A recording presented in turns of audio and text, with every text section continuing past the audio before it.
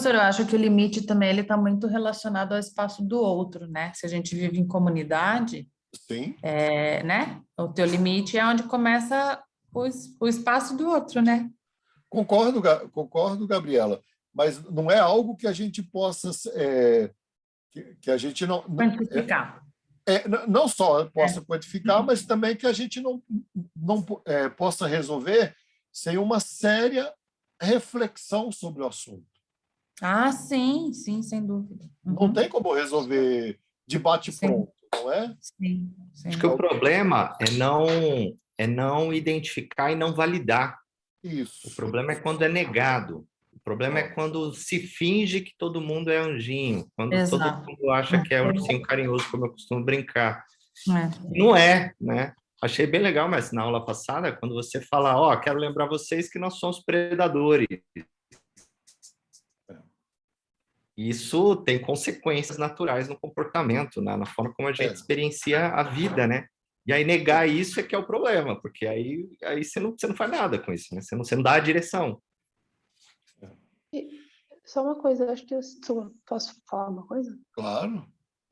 Não, que eu achei, sim, é muito isso, né, que me lembrou muito o que o Alex disse, né, porque eu participo, né, de um grupo de jovens da igreja, né, e para mim é um pouco difícil, né, porque assim, eu sei o que acontece, tipo assim, é uma coisa que você vê de fora, tipo, você vê, eu tô dentro, mas você vê depois esse olhar, né, que graças a Deus a psicologia me trouxe, né, a terapia, o autoconhecimento, me trouxeram essa perspectiva de fora, né.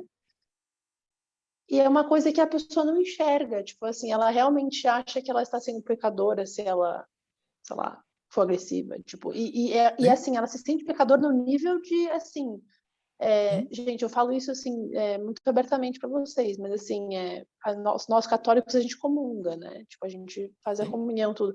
Tem gente que deixa de comungar, tipo, durante, sei lá, X tempos, porque fez alguma coisa, tipo...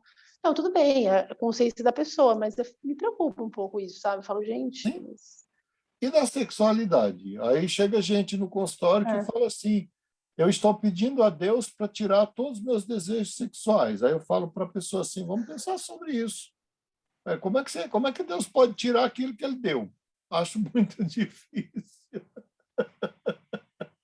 Eu, pessoalmente, acho difícil demais. Mas, ao mesmo Professor, tempo, fala. e aí acaba linkando um pouquinho a nossa aula anterior, que era sobre a persona, né?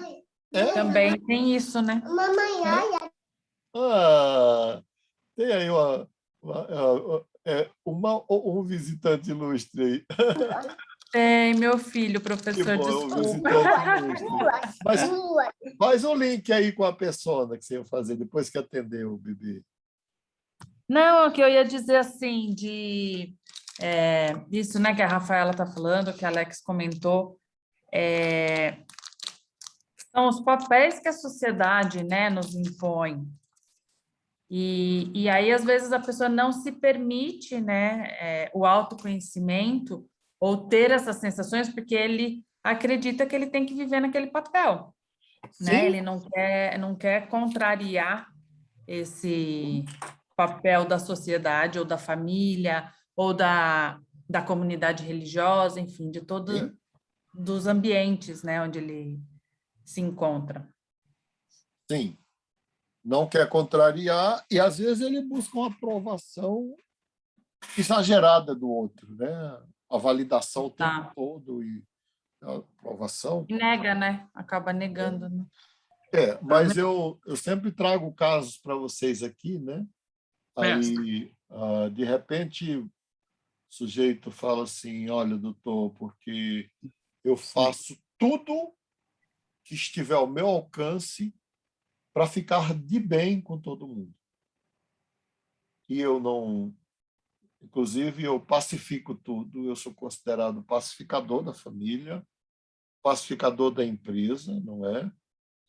Aí eu estou falando de alguém que é dono de uma mega empresa, então eu pacifico o conselho da empresa e eu pacifico tudo, tudo, tudo, tudo, tudo. E onde ele se encontra, né? Oi? Mestre, E onde ele se encontra, né, com ele mesmo. Será que eu estou sem áudio? Não, estou te ouvindo, Bertone. Tá. Eu estou lembrando aqui do episódio em que Jesus expulsa os vendilhões do templo. E ele usa de total agressividade, virando as mesas, descendo a chibata, inclusive, né? Sim. Então, essa percepção religiosa, dessa não violência, digamos assim, ou agressividade, acho que esse é o termo correto, é uma interpretação, uma percepção equivocada. Sim, eu acho que é equivocada. E aí, voltando a esse meu caso que eu trouxe aqui, né? E aí, e a sua saúde? A minha saúde é excelente. Minha vida é excelente. Tudo bom. Tá. Aí o tempo vai passando, vai passando, vai passando. Eu falo assim, eu fiquei com aquela pergunta sobre a minha saúde, mas, na verdade, eu sofro de enxaqueca diária. Numa semana de 7 dias, eu sofro 5. Eu já tomo remédio para enxaqueca todos os dias para não ter. Porque também eu tenho sérios problemas de dores musculares e de dores na coluna. Não é? Eu também faço tratamento constante. E eu não durmo mais do que 3 ou 4 horas por noite. E, geralmente, quando, mesmo tomando Stilnox, eu acordo 3 ou 4 vezes no meio da noite.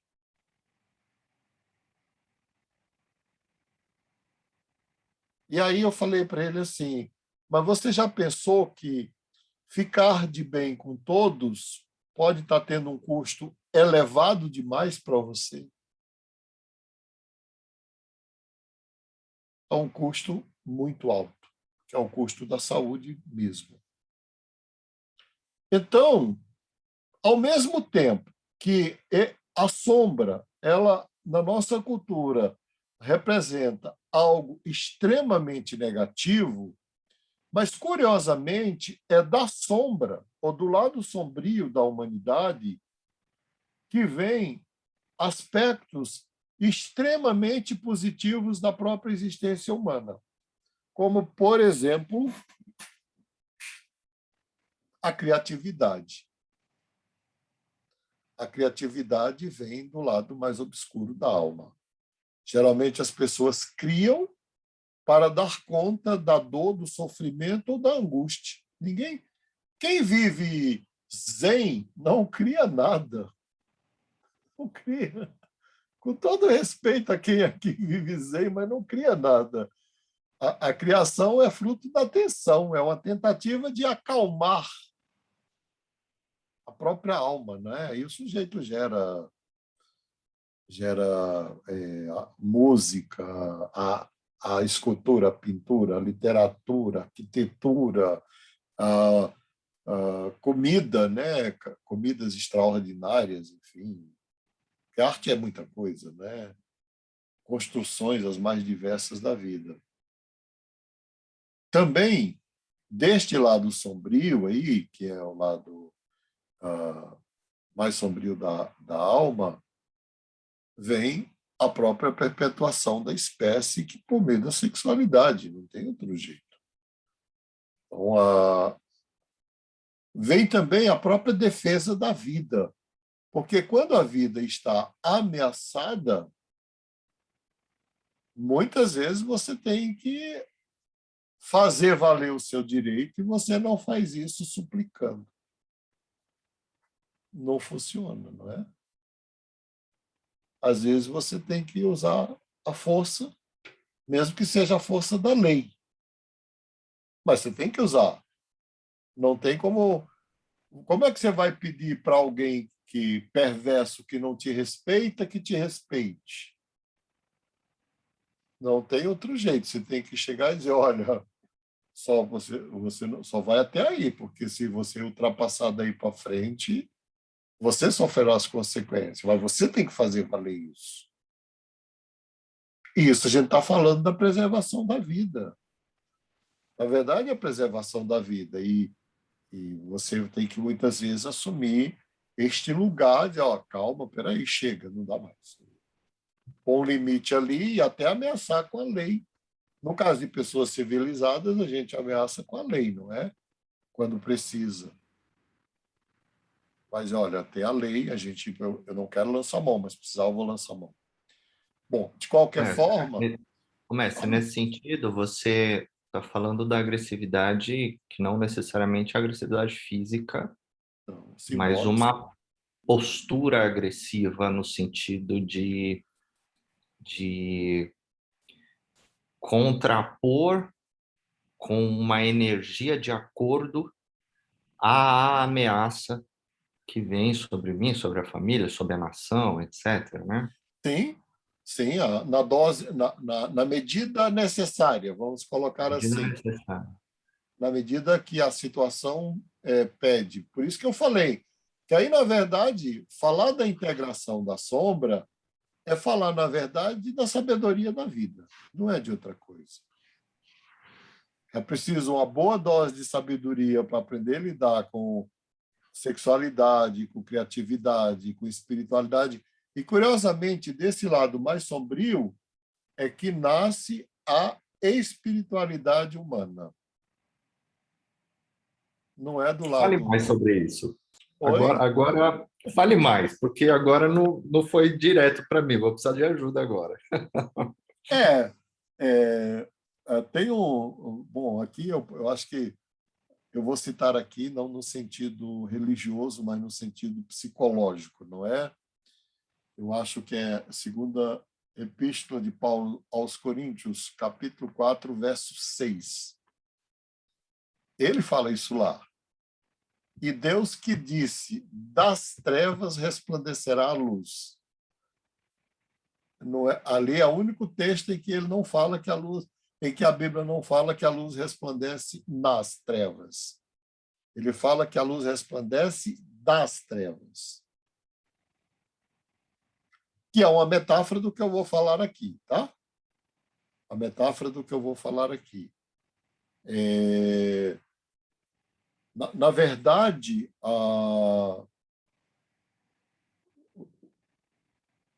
se a gente pegar e estudar os místicos, porque eles são o melhor, a melhor representação psicológica, não é, de transformações muito radicais da vida e de sublimações tremendas, né, e da própria possibilidade alquímica da metamorfose do ser humano, quanto a espiritualidade das pessoas que mergulham profundamente nas trevas da própria humanidade, quando emerge na mesma proporção. Na mesma proporção. É como se aquela situação de desgraça fosse o motor daquela busca incessante de reparação espiritual, cósmica, divina, da expiação, né, que é necessário ter, e da busca de uma reparação espiritual. Você diz onde abundou o pecado, superabundou a graça? Exatamente. Eu acho que, novamente, aí você tem a metáfora de Paulo sobre isso, sobre o poder disso que a gente está falando aqui, que é o poder da sombra, não é? O poder do lado obscuro da alma. E também isso pode estar relacionado com o fato de que é mais comum as pessoas, né, se aprofundarem em termos de espiritualidade em momentos de dificuldade, né, em situações... É difícil ser na alegria, né? Normalmente é mais Sim. na tristeza, né? Normalmente é mais nos momentos sombrios da vida. Exato. E normalmente é depois de ter experimentado o lado mais sombrio de si mesmo. Infelizmente, dentro desse modelo ocidental, especialmente moderno, atual, de espiritualidade, as pessoas terminam querendo se livrar de tudo que é humano, o que é danoso, né? Mas, na verdade, aquela intenção espiritual nasceu da sombra. Eu gosto muito de ler livros judaicos. Eu leio muito livros judaicos, leio muitas as histórias dos rabinos, não é? E eu tenho alguns livros desses aqui. Eu gosto de ler esses livros, enfim. E aí tem lá um desses livros que são os 70 Nomes de Deus. É um livro da Cabala judaica. E tem uma parábola maravilhosa no livro, né? Que diz que no lugar havia um homem piedoso, não é, de oração, havia um homem piedoso de oração, havia um sábio e havia um criminoso, que era o chefe do PCC daquela região. E havia um homem justo. E o homem justo só tinha uma filha, e a filha adoeceu e pegou uma doença, e ninguém conseguiu curar naquela cidade. E a menina ia cada vez de mal a pior, de mal a pior, de mal a pior, de mal a pior. E aí, este homem justo leva a filha para o homem de oração, porque todas as orações que ele fazia, Deus respondia. Só que desta vez, o homem de oração ora lá, o homem piedoso, e nada acontece. E a menina está quase morrendo, e ele está desesperado, a mulher desesperada, é a única filha. Aí eles levam para o homem sábio. Aí o homem sábio vai e fala assim: deixa a menina comigo. Se você que é justo não conseguiu a graça para salvar a filha, e se o homem piedoso não conseguiu, deixa comigo. Eu vou fazer do meu jeito, do jeito que eu acho que pode resolver. Amanhã você vem pegar a menina, ou ela vai estar curada, ou aí não há mais o que fazer, é se preparar para o pior. No dia seguinte, o homem veio pegar a sua filha e ela estava curada. Aí ele falou: como é que você resolveu isso? Ele falou: eu chamei o criminoso, o chefe do PCC, e pedi para ele orar pela menina, rezar pela menina. E aí ele rezou e Deus ouviu. E aí o camarada falou assim: mas como assim? Ele falou: olha, este homem, quando eu chamei, ele falou assim: você está de brincadeira? Eu nem acredito em que Deus existe. Eu nunca fiz reza nenhuma. Você sabe que eu sou mau. Minha reza vai servir de quê? Aí o homem sábio falou: é mais fácil você ser ouvido do que eu, porque você nunca pediu, nunca importunou. E aí ele falou: eu posso pedir porque você está falando, mas não vejo nenhum sentido nisso. E aí ele pediu e Deus ouviu. Moral da história, lá dos rabinos: é preciso aprender a orar ou se relacionar com Deus ou com a vida a partir do lado mais obscuro da alma humana. Eu acho que, no final, é isso que a gente tem que aprender ao longo da vida, não é? O quê? Se relacionar com o que a gente tem de melhor é fácil. É fácil. Agora, botar a agressividade na mesa, em cima da mesa, na dose suportável para o outro, pegando o gancho no que a Gabriela falou, gente, é difícil, não é? Qual é a dose suportável para o outro? Porque tem o outro. Eu não posso pensar nessa sombra toda sem considerar que a minha vida, na verdade, ela tem o limite da existência do outro, da ética, da moral, dos costumes, do respeito, de tudo. De qualquer forma, nós acolhemos na clínica junguiana a sombra como algo essencialmente humano, demasiadamente humano e totalmente humano. Então, quando um paciente diz assim: doutor, mas eu tenho algo horrível para lhe contar, eu geralmente digo para ele assim: olha, seja lá o que for, quando você resolver contar, será algo absolutamente humano, eu não tenho dúvida disso.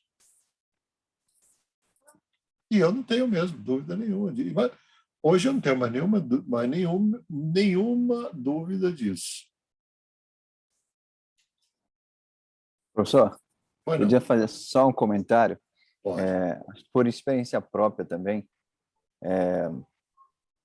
o acolhimento dessa sombra é literalmente, na minha visão, um princípio da cura real, porque a gente projeta várias camadas de imagens, né, de projeção de quem somos.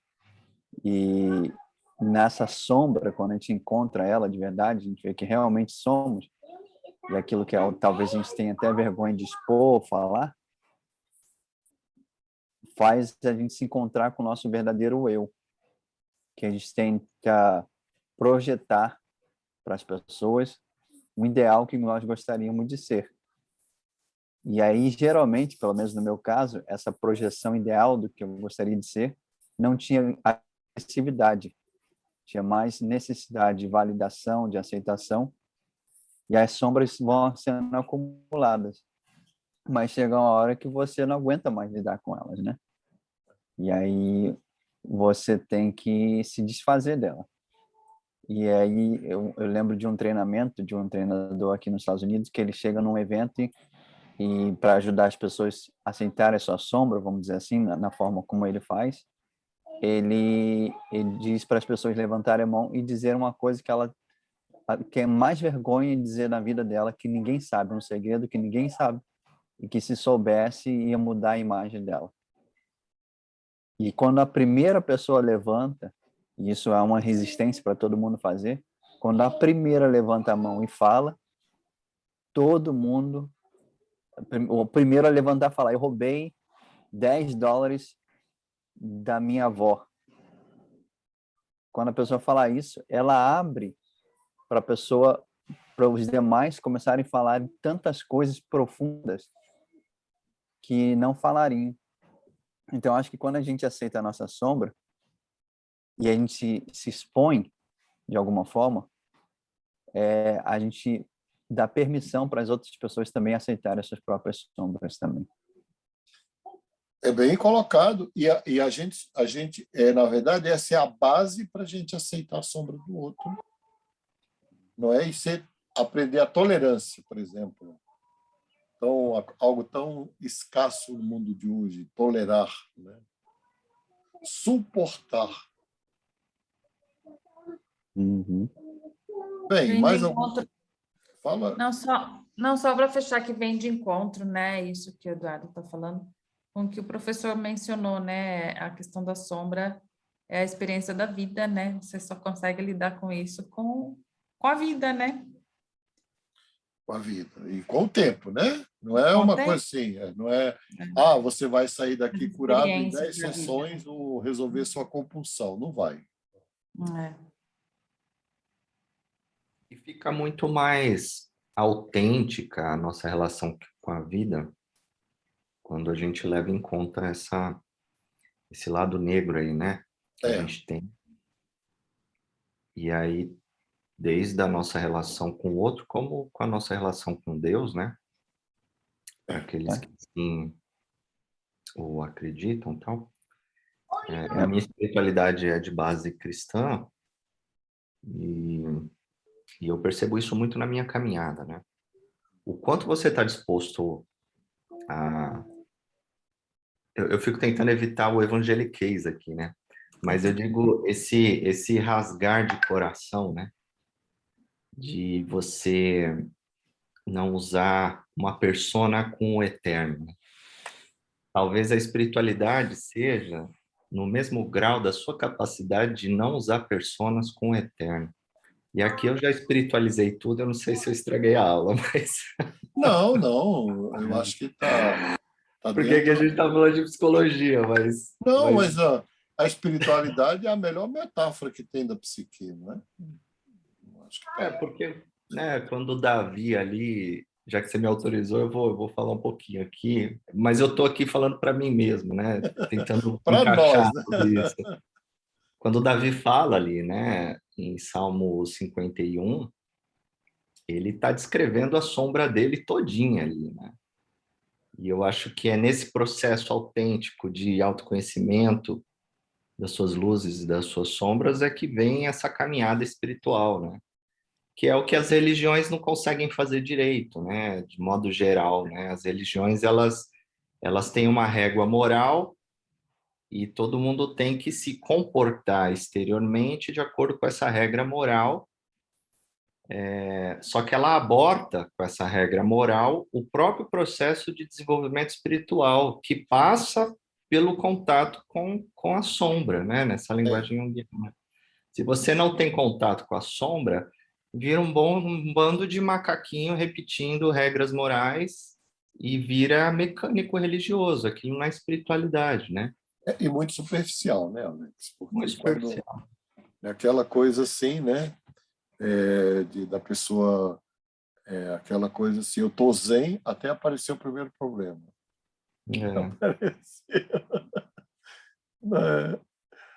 Bom, gente, é isso. E aí Isso é muito bonito, né? Isso é muito bonito. Oi? Eu estou falando que isso é muito bonito, isso me toca muito, assim, eu poderia ficar aqui falando horas sobre isso, porque... É isso, e aí na aula que vem nós vamos trabalhar com os conceitos de ânima e ânimos. Obrigada, professor. Obrigada, gente. Obrigado. Obrigado a vocês aí por tudo. Um abraço a todos. Boa noite. Obrigada. Abraço a todos, boa noite. Boa noite. Boa Tchau, noite. tchau. Tchau. Tchau. Obrigado.